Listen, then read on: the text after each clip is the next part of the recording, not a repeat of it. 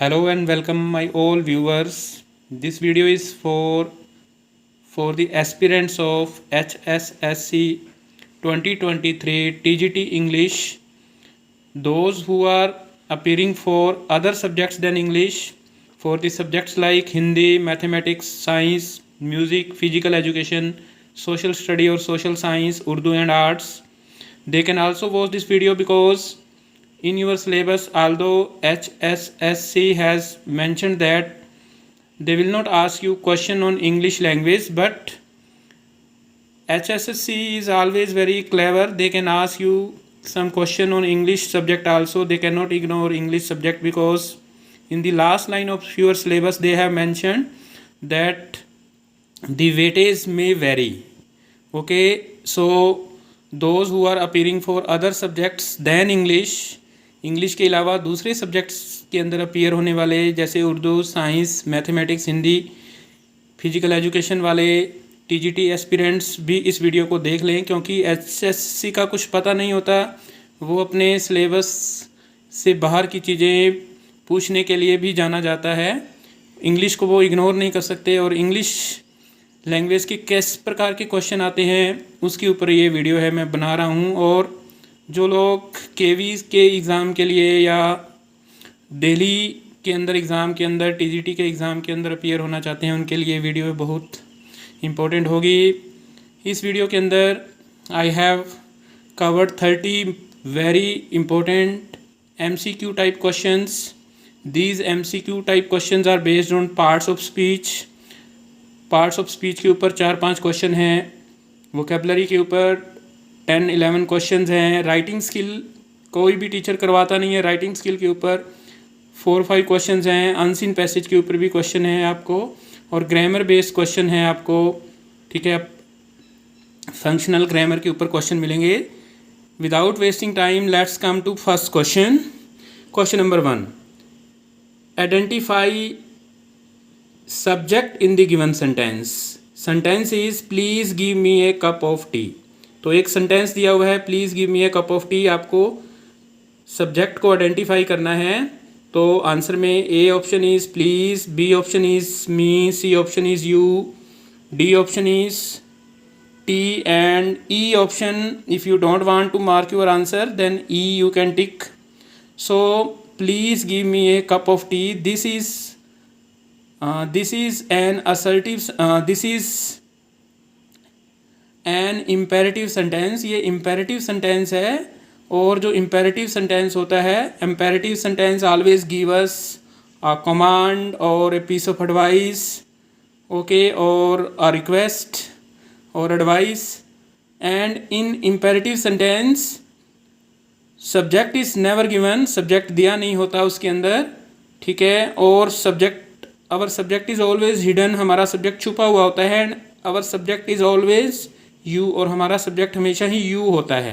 तो यहाँ पर फर्स्ट क्वेश्चन के अंदर प्लीज़ मी यू टी, इसमें से जो हमारा सब्जेक्ट है वो यू है, यू हिडन है।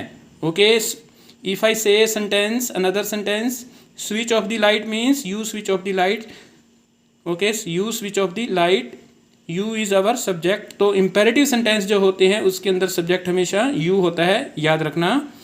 सेकेंड क्वेश्चन है, what is plural of mango. Mango का प्लूरल क्या होता है? मैंगोज, MANGOS,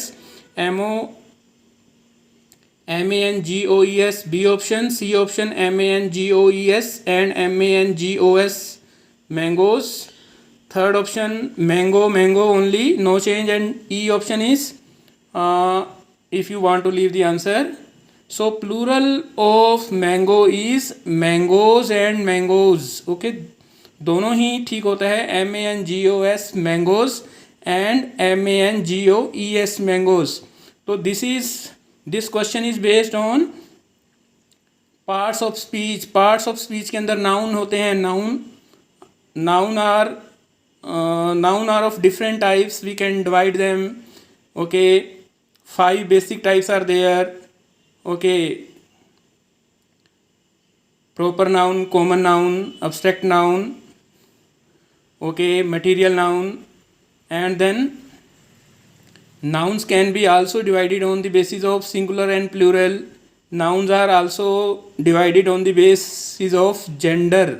ओके तो ये क्वेश्चन मैं क्यों ले रहा हूँ, क्योंकि आपको ये चीज़ें करके जानी चाहिए. मैंगो का प्लूरल है वो mango and MANGOS and MANGOES दोनों ही होता है. ऐसे ही है एरोप्लेन. ओके एरोप्लेन का प्लूरल क्या होगा, सोच के बताना. ओके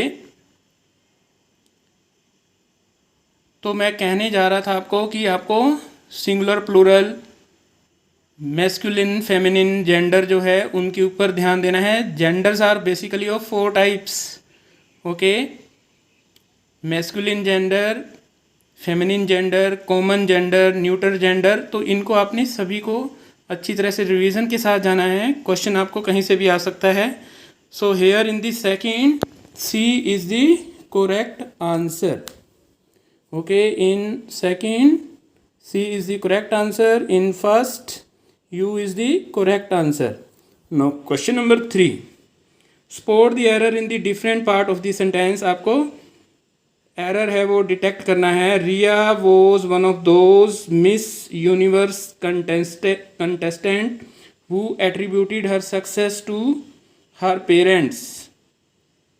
तो आपको मिस्टेक बतानी है. Riya was one of those Miss Universe contestant. Second है हु एट्रीब्यूटेड. थर्ड है her success. D option is to her parents and E is. If you want to leave the answer, if you read the sentence carefully, अगर आप sentence को ध्यान से पढ़ेंगे तो क्या है, रिया was one of those Miss Universe contestant who attributed her success. her success. तो यहाँ पर जो हमारा हर है, हर को हमें रिप्लेस करना होगा कंटेस्टेंट के साथ है. वो जो प्रोनाउन यूज़ करेंगे हम हर नहीं यूज़ करेंगे. Riya was one of those Miss Universe contestant who attributed. Their आना चाहिए. ओके THEIR देयर आना चाहिए यहाँ पर. तो यहाँ पर जो हमारा मिस्टेक होगा टू हर पेरेंट्स की जगह टू देयर पेरेंट्स आएगा. ओके यहाँ पर हर की जगह देयर पेरेंट्स आएगा. तो यहाँ पर हमारा जो करेक्ट आंसर है वो डी आएगा. Mistake is there in D. Next question.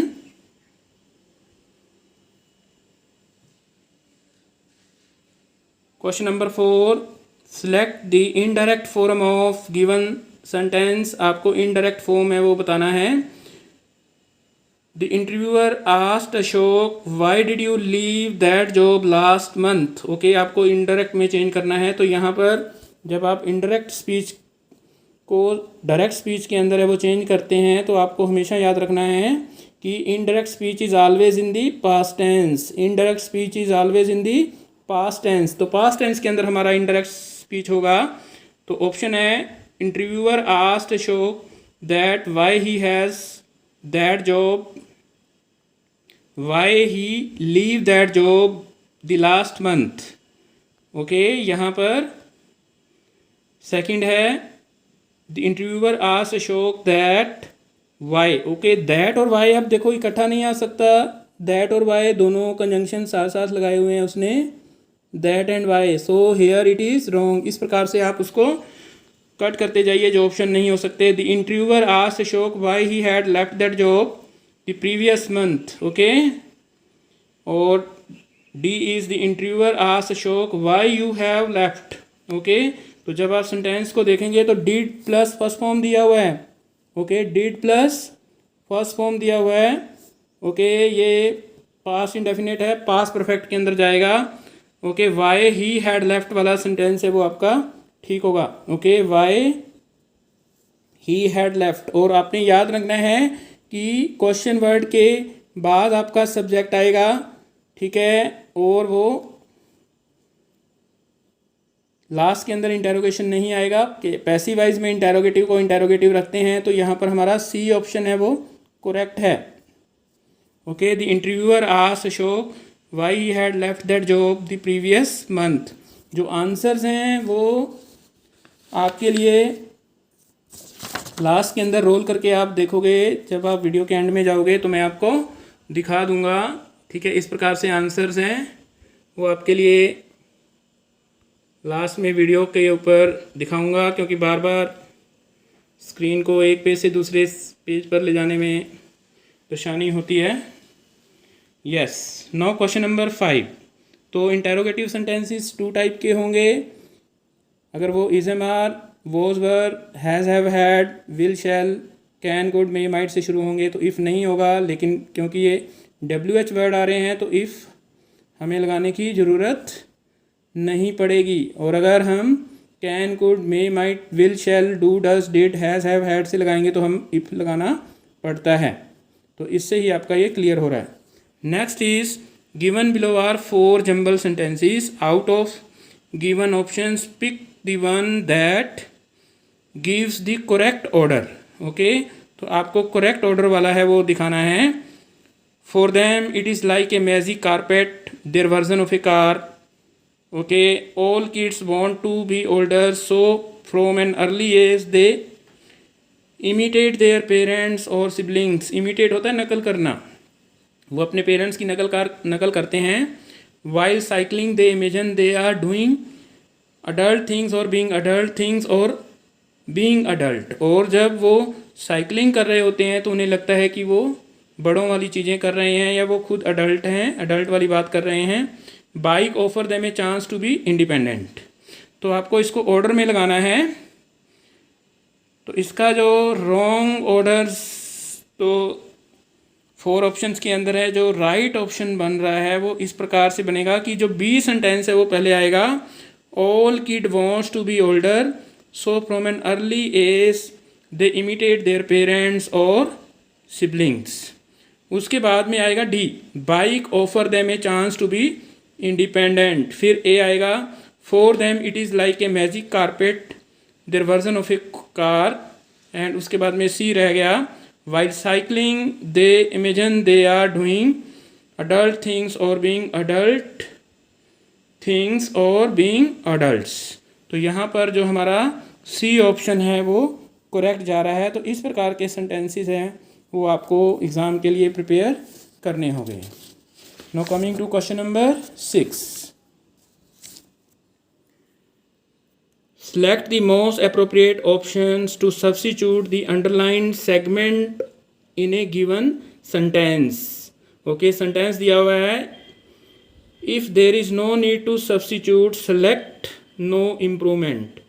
तो underlined जो segment दिया हुआ है उसको आपको correct करना है। I am afraid I am not knowing how to swim, so I cannot join you all that day। Okay, तो यहाँ पर आपको सब्स्टिट्यूट करना है, I am afraid I am not knowing. Okay, I am not knowing how to swim.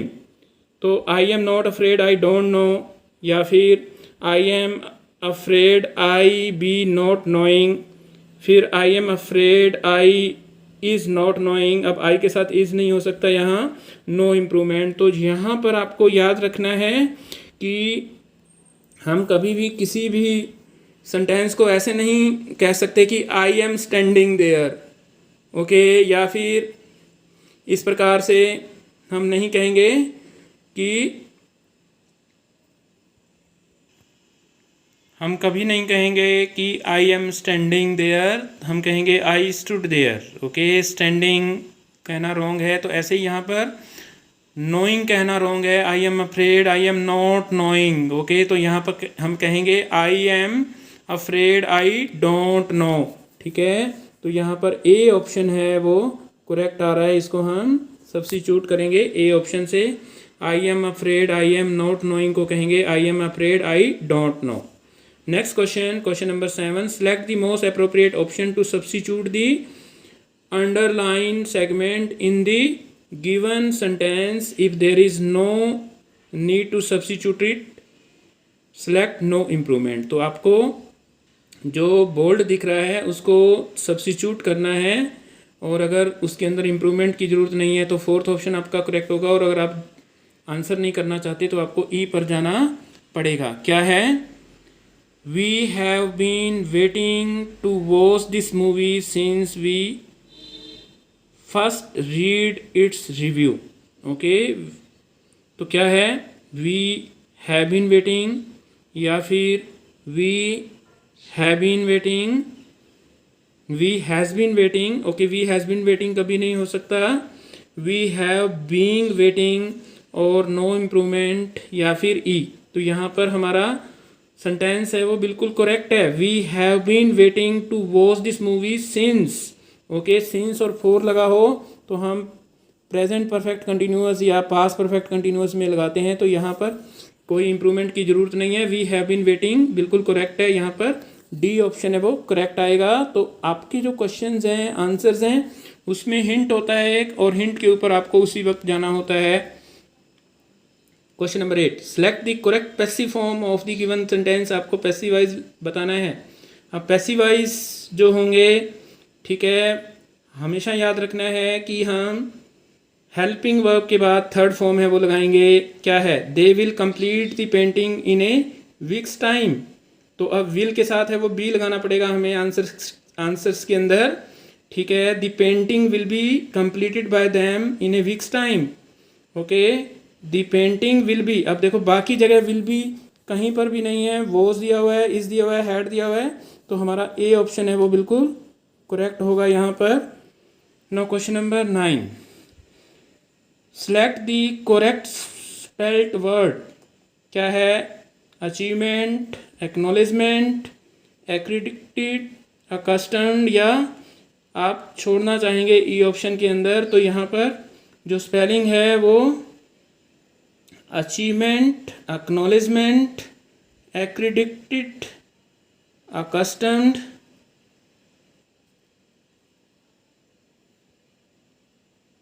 और ई दिया हुआ है यहाँ पर। तो अचीवमेंट की जो स्पेलिंग है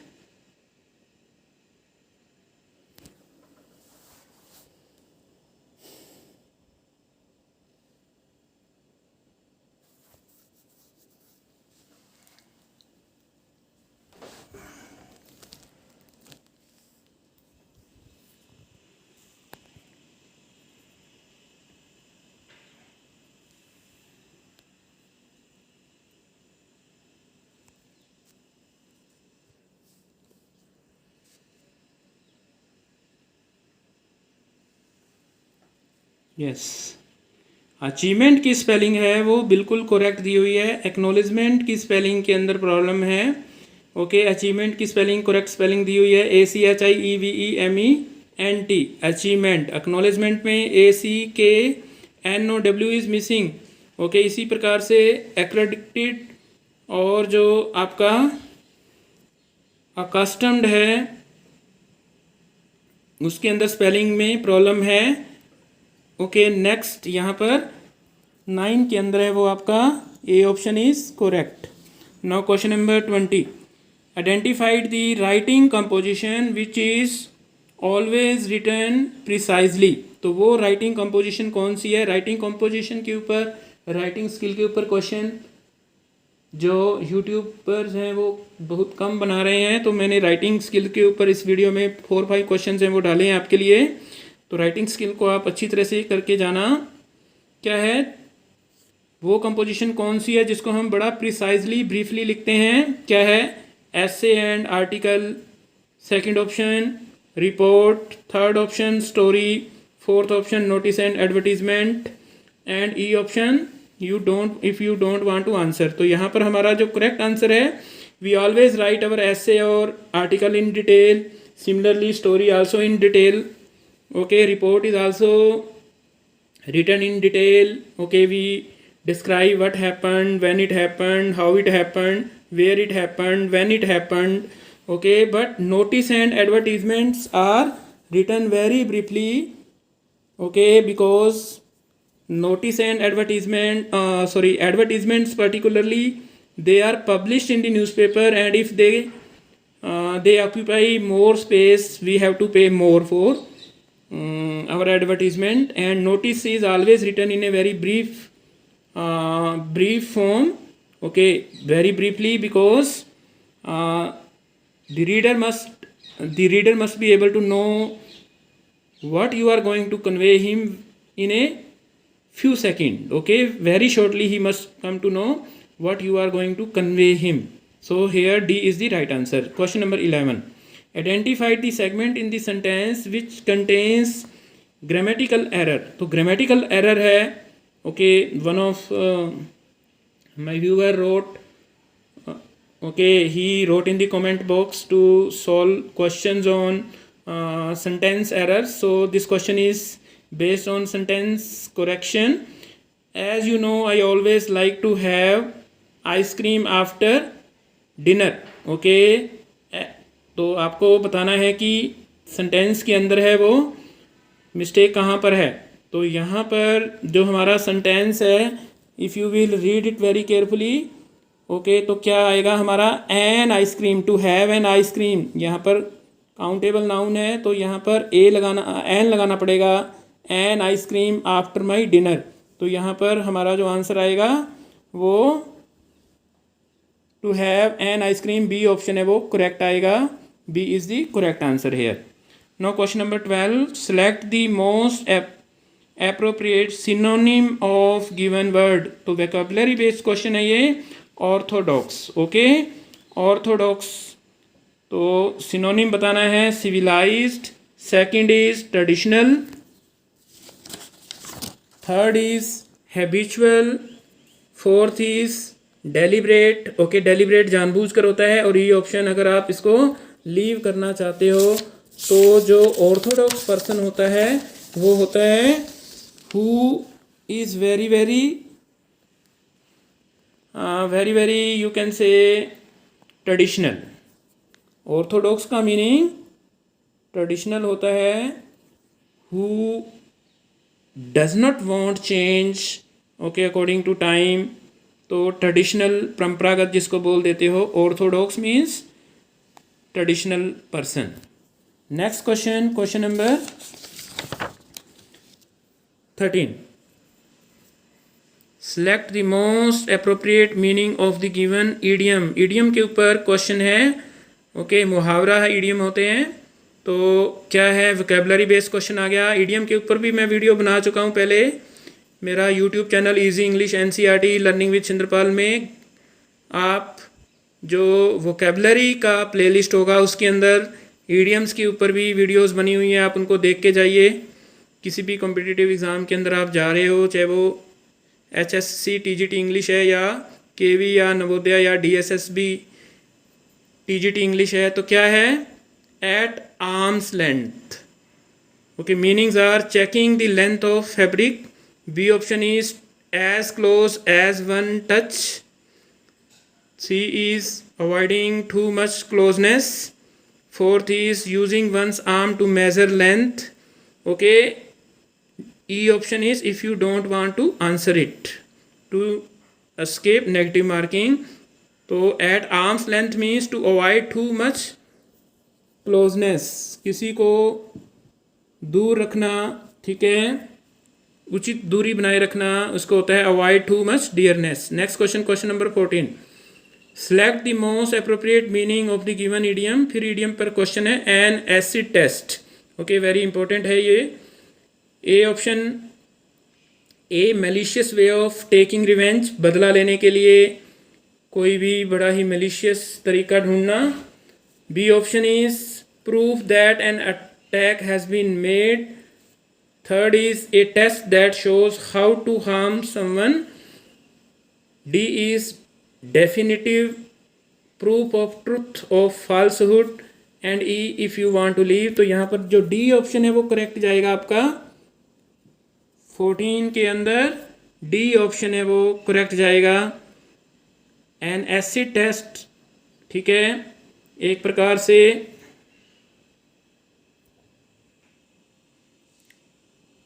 एसिड टेस्ट का मीनिंग है वो होता है कसौटी पर खरा उतरना, या फिर इसका मीनिंग होगा अग्नि परीक्षा. ओके, अग्नि परीक्षा. तो यहाँ पर डी ऑप्शन है वो हमारा करेक्ट रहेगा. Now question number 15. Select the most appropriate word for the given group of words. तो वन वर्ड सब्स्टिट्यूट का एक क्वेश्चन है ये. A short statement of a general truth or rule of conduct. Okay, a short statement of a general truth or rule of conduct, एक प्रकार से कहावत जिसको बोल देते हैं आप. तो instance, second option is illustration, third option is maxim और fourth option is parable. D option, E option आपको लीव करना है. तो यहाँ पर मैक्सियम. ओके, मैक्सियम को ही हम शॉर्ट स्टेटमेंट बोलते हैं, A short statement of general truth. No, question number 16.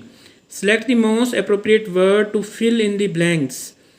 आपको फिलअप्स करना है. The annual whole scale price index jump to its highest level last month, posing a fresh dash for policy maker to remain watchful on the price format. तो यहाँ पर आपको options हैं chain. Okay, second option is check, third option is challenge, fourth is D option is choice and last is E. तो यहाँ पर हमारा जो आंसर बनेगा वो C option is correct here. The annual whole scale price index jumped to its highest level last month, posing a fresh challenge for policy maker to remain watchful on the price format. Question number 15. Fill in the blanks with correct preposition. Preposition of parts of speech के ऊपर question जा रहा है ये.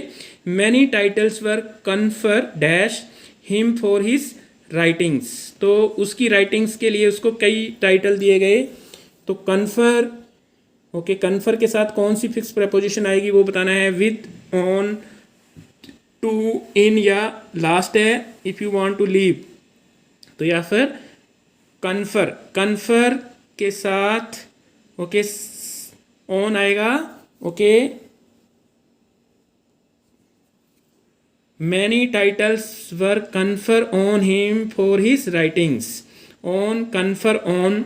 Okay, इस प्रकार से आपको लर्न करना है. Give a single word for the following expression. Who, one who foretells events, omniscient, prophet, fugitive, lexicographer. और आपको लीव करना है. तो क्या है? One who foretells events. अब ओमनिसिएंट, okay, that is present everywhere, omniscient होता है. Prophet, prophet meaning the person who foretells event, पहले से ही इवेंट्स के बारे में बता दे कि ये चीज़ होगा, उसको प्रोपेट बोलते हैं. ओके, तो यहाँ पर बी ऑप्शन है वो करेक्ट होगा. फ्यूगिटिव होगा भगोड़ा. Okay, Nirav Modi is a fugitive. Okay, fugitive भगोड़ा. लेक्सिग्राफर होता है the person who writes dictionaries. Okay, important word है, आ सकता है एग्जाम के अंदर. D. Now question number 19. Select the most appropriate word for the given group of words. क्या है? A word formed from the initial letter of other words and pronounced as a word. क्या है? ellipsis, epitome, acronym और last है precise. D option के अंदर है. precise means concise या brief होता है. ओके, तो यहाँ पर जो a word formed from initial letter of other words and pronounced as a word is acronym. Okay, D option is correct here. Now question number 20th.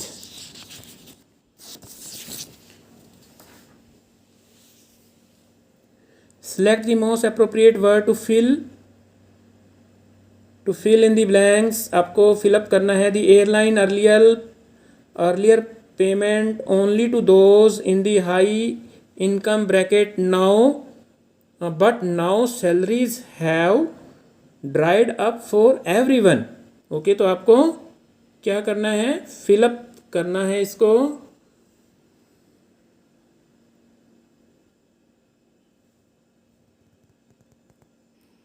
Okay, I forgot to give a blank here. Our blank here will be after earlier. The airline earlier, okay, after this earlier blank is there. The airline earlier blank payment only to those in the high income bracket. Now salaries have dried up for everyone. तो यहाँ पर जो blank options में दिया हुआ है, demanded, second is decided, third is deferred, fourth is deployed, and E is for not answering the question.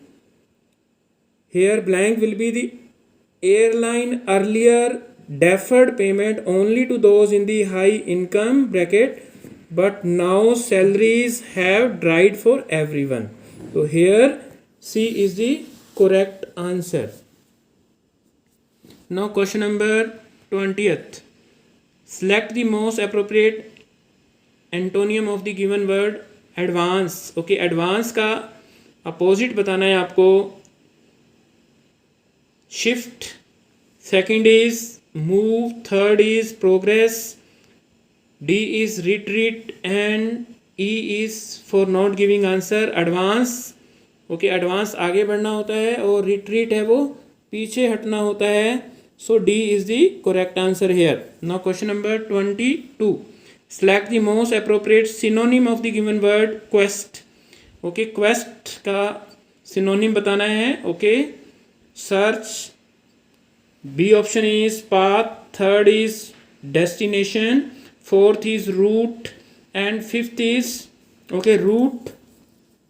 Okay, route ये भी होता है ROOT root, जिसका meaning part of A plant होता है, जड़ जिसको बोल देते हो. अब ये दोनों वर्ड होमोनिम्स हैं. ओके, होमोनिम्स के ऊपर वीडियो पहले बनी हुई है, आप वोकेबलरी में जाकर के देख सकते हो इसको. होमोनिम सिलेबस का पार्ट भी है आपके. क्या है? क्वेस्ट. क्वेस्ट का जो सिनोनिम होगा वो होगा search. Okay, quest for job. Okay, search for job meaning हो गया. Question number 23. Select the most appropriate antonym of the given word. क्या है? एरोगेंट. एरोगेंट का आपको अपोजिट बताना है. एरोगेंट होता है जिसके अंदर बहुत ज़्यादा आकड़ होती है. A option is humble, B option is bold, C option is rough, fourth is unconscious, बेहोश होता है. तो यहाँ पर एरोगेंट का जो एंटोनियम होगा वो हम्बल होगा, जिसका मतलब होता है बहुत ज़्यादा विनम्र. No question number 24. Select the correctly spelled word. क्या है? एक ही वर्ड है, उसकी अलग अलग स्पेलिंग दी हुई है. ठीक है, तो जो करेक्ट स्पेलिंग होगा वो आपको बताना है. करेक्ट स्पेलिंग है वो कौन सा है? तो RECIET,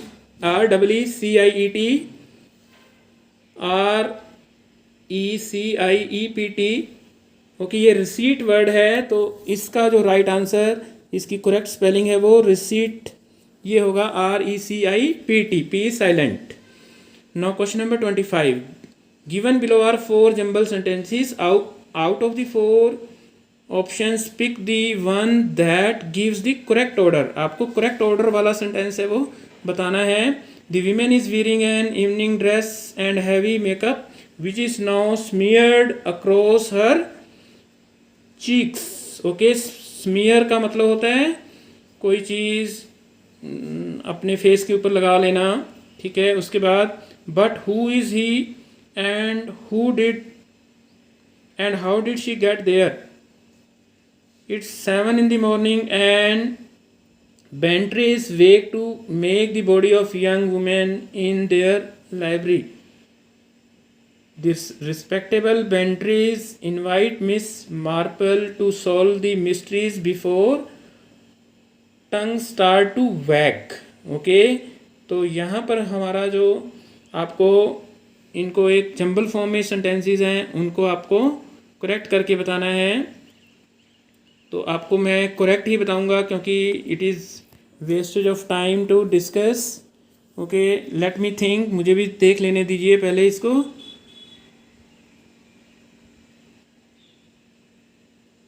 यस, यहाँ पर हमारा सी ऑप्शन है. It is 7 in the morning and the Bantries wake to find the baby of young women in their library. Okay, उसके बाद में ए ऑप्शन जाएगा. The women is wearing an evening dress and heavy makeup which is now smeared across her cheeks, उसके बाद में आपका but who is he and how did he get there, okay. उसके बाद में the respectable Bantrys invite Miss Marple to solve the mystery before tongue start to wag, okay. यहाँ पर C option है वो हमारा करेक्ट होगा। अब लास्ट पार्ट की तरफ हम चलते हैं। 25 questions we have done so far. Question number 26. Okay, writing composition के क्वेश्चन है, इम्पोर्टेंट है। मोस्टली यूट्यूबर्स या टीचर्स हैं उनको करवा नहीं रहे, बच्चों की बहुत मेरे पास डिमांड आ रही है इनको डिस्कस करने के लिए। Question number 26, in which type of letters you will you use the word dear in salutation. Salutation के अंदर, लेटर्स के अंदर जो सैल्यूटेशन होता है उसके अंदर हम डियर वर्ड कौन से टाइप के लेटर्स के अंदर यूज़ करेंगे? Job letters, applications, okay, letters to editors या इनफॉर्मल लेटर्स, या ई ऑप्शन अगर आप करना चाह रहे हो तो डियर वर्ड, ओके, डियर जो भी हम कहेंगे जैसे dear father, dear mother, dear brother, okay. Dear salutation हम केवल इनफॉर्मल लेटर्स के अंदर ही करते हैं, ओके। लेटर टू एडिटर्स के अंदर रिस्पेक्टेड सर ही हम बोलेंगे। एप्लीकेशन और जॉब लेटर्स के अंदर भी हमें प्रिंसिपल के लिए रिस्पेक्टेड सर या सर, ओनली सर कहना पड़ेगा। जॉब लेटर के अंदर भी हम रिस्पेक्टेड वर्ड या सर वर्ड का ही यूज़ करेंगे। तो यहाँ पर डी ऑप्शन है वो हमारा करेक्ट है। Next question, question number 27, at the end of a letter the subscription is written, for example yours sincerely और यूअर्स ट्रूली और faithfully, yours faithfully. What is word yours according to parts of speech? Part of speech के तहत yours जो word होता है, जो yours faithfully या yours sincerely में हम लगाते हैं सब्सक्रिप्शन के तौर पर लास्ट में, तो वो क्या होता है? एडजेक्टिव होता है, प्रनाउन होता है, एडवर्ब होता है, या इंटरजंक्शन होता है, या छोड़ोगे आप इसको तो ये यूअर्स वर्ड है वो प्रनाउन होगा, और फेथफुली, ओबीडेंटली, सिंसियरली, ट्रूली ये हैं वो ये एडवर्ब होते हैं, ओके। यहाँ पर ऑप्शन हमारा B is correct. No question number 28। तो ये क्वेश्चंस मैं क्यों ले रहा हूँ राइटिंग स्किल के? क्योंकि आपके राइटिंग स्किल्स का सिलेबस में बहुत टॉपिक्स दिए हुए हैं। आप उनका क्या फॉर्मेट होता है, क्या उसके एसेंशियल करैक्टरिस्टिक्स होते हैं, इनको अच्छी तरह से पढ़ के जाइए। इसलिए मैं इसको रिवाइज के अंदर ले रहा हूँ, क्योंकि definitely questions will be there, 1 or 2 question will be there on these writing skills topics. Question number 28, name the writing composition which does not require the mention of date on which it is written. तो date जो word है, date किसके लिए हमें ज़रूरत ही नहीं होती है? Letters and applications, diary entry and notice, report and message, okay, story telling, story writing and paragraph, या ई ऑप्शन आप छोड़ना चाहेंगे। तो लेटर या एप्लीकेशन जब हम लिखते हैं तो हमें डेट लिखनी होती है। हम मोस्टली जो लेटर्स होते हैं उनके अंदर एड्रेस के बाद में हम डेट है वो मेंशन करते हैं, एप्लीकेशंस के लास्ट में डेट लिखते हैं। डायरी एंट्री और नोटिस के अंदर भी हम लेफ़्ट साइड के ऊपर डेट है वो लिखते हैं। रिपोर्ट और मैसेज के अंदर भी हम डेट है वो ज़रूर लिखते हैं, लेकिन स्टोरी राइटिंग और पैराग्राफ में हमें डेट लिखने की ज़रूरत नहीं होती।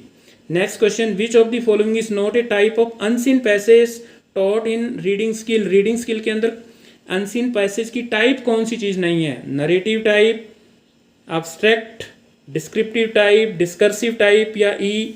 तो जो नरेटिव टाइप पैराग्राफ होते हैं, जो चीज़ को नरेट करते हैं, where the narrator himself is giving an account of his own account, okay. Descriptive paragraphs describe something, describe an incident, okay, या फिर discursive, argumentative are there, but abstract type of paragraph are not there. Abstract जो होता है वो research की summary होती है, research paper जो लिखते हैं या थीसिस लिखते हैं उनकी समरी होती है।